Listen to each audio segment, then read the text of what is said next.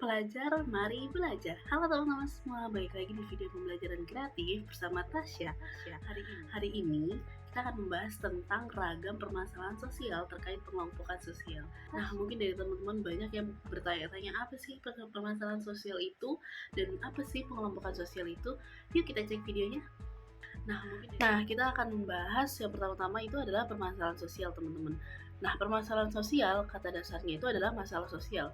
Masalah sosial itu apa sih? Masalah sosial adalah ketidaksesuaian antara harapan dari masyarakat terkait nilai dan norma yang ada di lingkungan tersebut. Jadi nilai dan norma yang sudah disepakati itu bisa menjadi sebuah pemantik dari adanya permasalahan sosial, teman-teman. Lalu apa sih kelompok sosial itu? Nah, kita sebagai makhluk sosial, makhluk sosial itu tidak bisa hidup sendiri ya teman-teman, karena seorang individu itu pasti membutuhkan individu lainnya. Maka dari itu, seorang individu pun membutuhkan sebuah kelompok sosial. Kelompok sosial adalah tempat di mana individu antar individu saling berinteraksi dan membutuhkan satu sama lain serta menjalankan kegiatannya satu sama lain. Lalu, mengapa pengelompokan sosial dapat menyebabkan masalah sosial? Nah, teman-teman, di sini kita akan bahas mengapa sebuah kelompok sosial atau pengelompokan sosial dapat menyebabkan permasalahan sosial. Nah, dari terbentuknya kelompok sosial tersebut, para individu itu bisa melakukan atau bisa terjadi sebuah prasangka, teman-teman. Prasangka itu adalah anggapan kurang baik terhadap individu lain ataupun kelompok lain.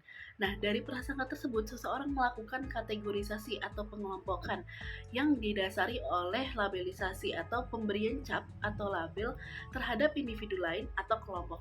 Nah, dari hal tersebutlah terjadi atau bisa terjadi dua paham, yaitu eksklusivisme dan partikularisme.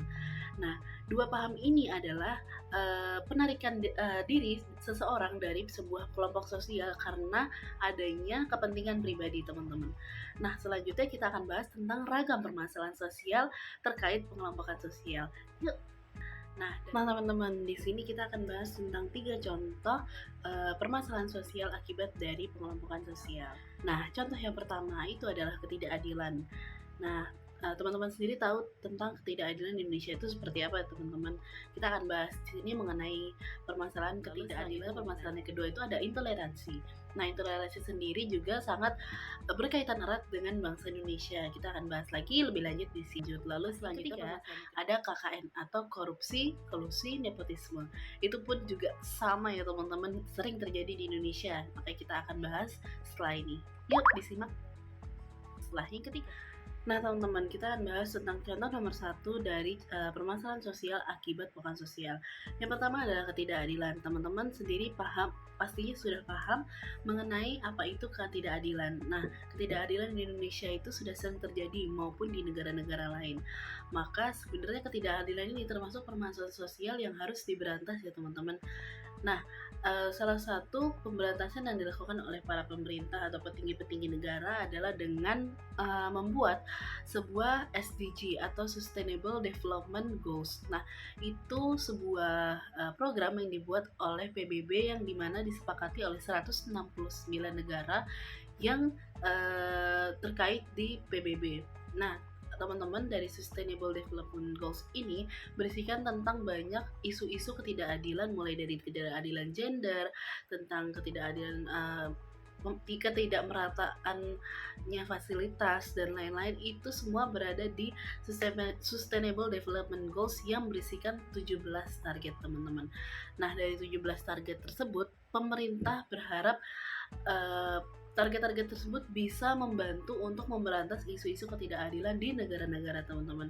Dari 17 target tersebut diperkirakan atau istilahnya dibentuk dari 2015 sampai 2030 nanti, teman-teman. Jadi para pemerintah atau petinggi-petinggi negara itu melihat bagaimana proses dari 15 tahun ini, apakah ada perubahan atau tidak mengenai pemerataan fasilitas, kesehatan, air bersih dan lain-lain, teman-teman.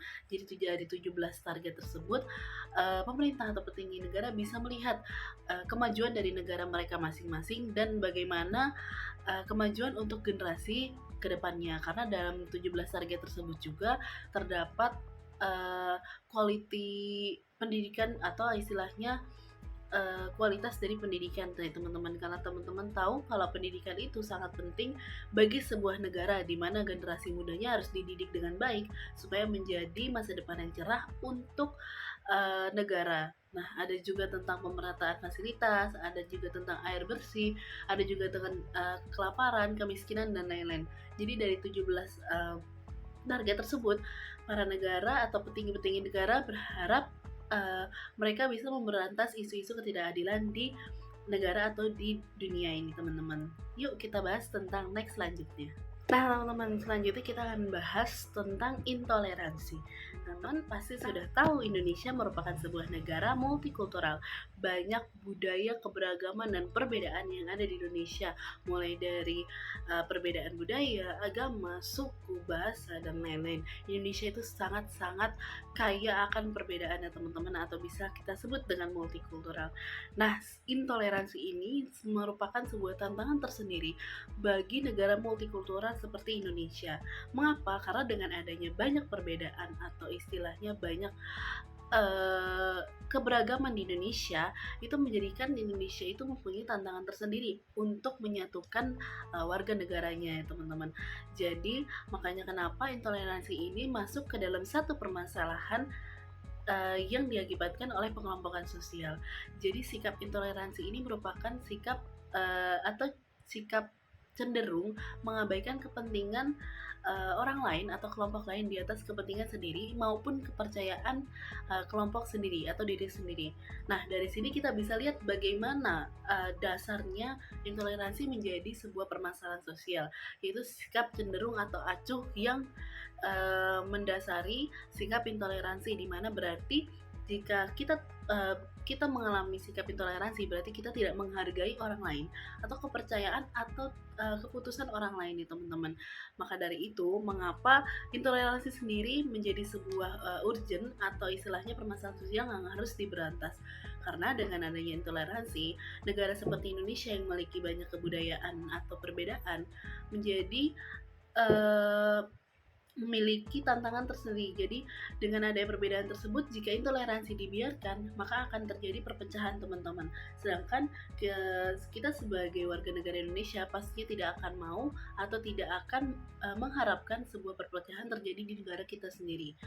Nah, dengan adanya intoleransi ini, maka dari itu pemerintah banyak melakukan aksi-aksi perdamaian di mana supaya kita sebagai warga negara itu tidak melakukan hal-hal intoleransi dalam hal apapun, dari agama, budaya, dan lain-lain. Karena memang intoleransi sendiri sebuah penyakit atau permasalahan sosial yang sangat-sangat harus dijauhi supaya tidak menyebabkan perpecahan dari sebuah negara, termasuk salah satunya adalah Indonesia. Sosial yang ketiga adalah korupsi, kolusi, nepotisme atau bisa kita sebut KKN. Ini berbeda ya teman-teman dari KKN Desa Penari, itu bukan. Ini KKN ini adalah salah satu permasalahan sosial yang ada di Indonesia teman-teman, permasalahan sosial yang diakibatkan dari pengelompokan sosial. Nah, KKN itu diartikan menjadi tiga ya teman-teman. KKN itu adalah sebuah singkatan dari korupsi, kolusi, nepotisme. Jadi ini sebuah tiga kata kesatuan yang tidak bisa dipisah. Nah, kalau teman-teman belum tahu, aku akan menjelaskan satu-satu ya. Mulai dari korupsi. Korupsi merupakan tindak atau penyelewengan atau penyalahgunaan jabatan untuk menggelapkan uang dan lain-lain ya teman-teman, atau istilahnya tindak terpuji. Jadi korupsi ini sendiri kalau dilihat dari artinya itu sudah mencerminkan bagaimana itu menjadi sebuah permasalahan sosial. Lalu selanjutnya itu adalah kolusi. Kolusi itu sebuah persekongkolan atau kerjasama antara individu dengan kelompok maupun kelompok dengan kelompok yang merugikan orang lain. Nah, itu kolusi sendiri mengapa tergabung dalam KKN? Karena ketika seseorang melakukan korupsi, pastinya ia melakukan sebuah kolusi atau istilahnya melakukan sebuah kerjasama ya teman-teman. Nah, yang kerjasama yang merugikan teman-teman. Lalu yang satu lagi adalah nepotisme. Nepotisme itu adalah paham atau istilahnya pemahaman untuk mementingkan diri sendiri teman-teman di atas kepentingan orang lain, diri sendiri, kerabat, saudara, dan lain-lain. Jadi dijadikan sebuah kesatuan karena ketika seseorang melakukan korupsi, istilahnya mungkin menggelapkan uang, ia melakukan dengan orang lain atau melakukan persekongkolan atau kerjasama dengan orang lain supaya tindak korupsinya itu berjalan dengan lancar, yang pastinya di mana itu merugikan orang lain ya teman-teman. Lalu untuk apa dia melakukan tersebut? Untuk uangnya dipakai untuk sendiri, keluarga, sanak saudara, dan lain-lain. Itulah yang disebut nepotisme. Makanya kenapa korupsi, kolusi, dan nepotisme tidak bisa dipisahkan ya teman-teman. Dan itu merupakan sebuah permasalahan sosial yang tidak boleh dibiarkan di masyarakat atau dalam kehidupan bermasyarakat, karena dengan kita terbiasa melakukan korupsi, misal korupsi waktu, korupsi uang kecil-kecilan seperti uang saku atau apa, itu bisa menyebabkan sebuah uh, sifat korupsi yang nantinya akan menjadi lebih besar lagi ya teman-teman. Jadi kita tidak boleh coba-coba dalam hal korupsi. Kita harus membiasakan diri kita disiplin dalam hal apapun, termasuk uang, waktu, dan lain-lain. Jadi KKN sendiri atau korupsi, kolusi, nepotisme sendiri ini harus diberantas dan menjadi permasalahan sosial yang sangat penting di negara kita Indonesia. Oke teman-teman, jadi kita sudah bahas tadi mengenai ragam permasalahan sosial terkait pengelompokan sosial.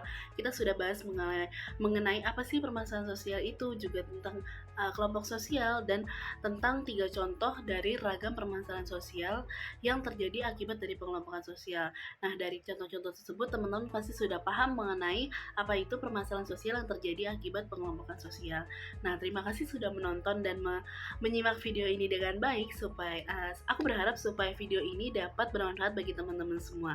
Nah, untuk pertanyaan lebih lanjut itu bisa teman-teman klik atau teman-teman kirim melalui email aku, yaitu mariaregina_tasya93@student.uns.ac.id. Nah, see you in next video teman-teman. Bye bye.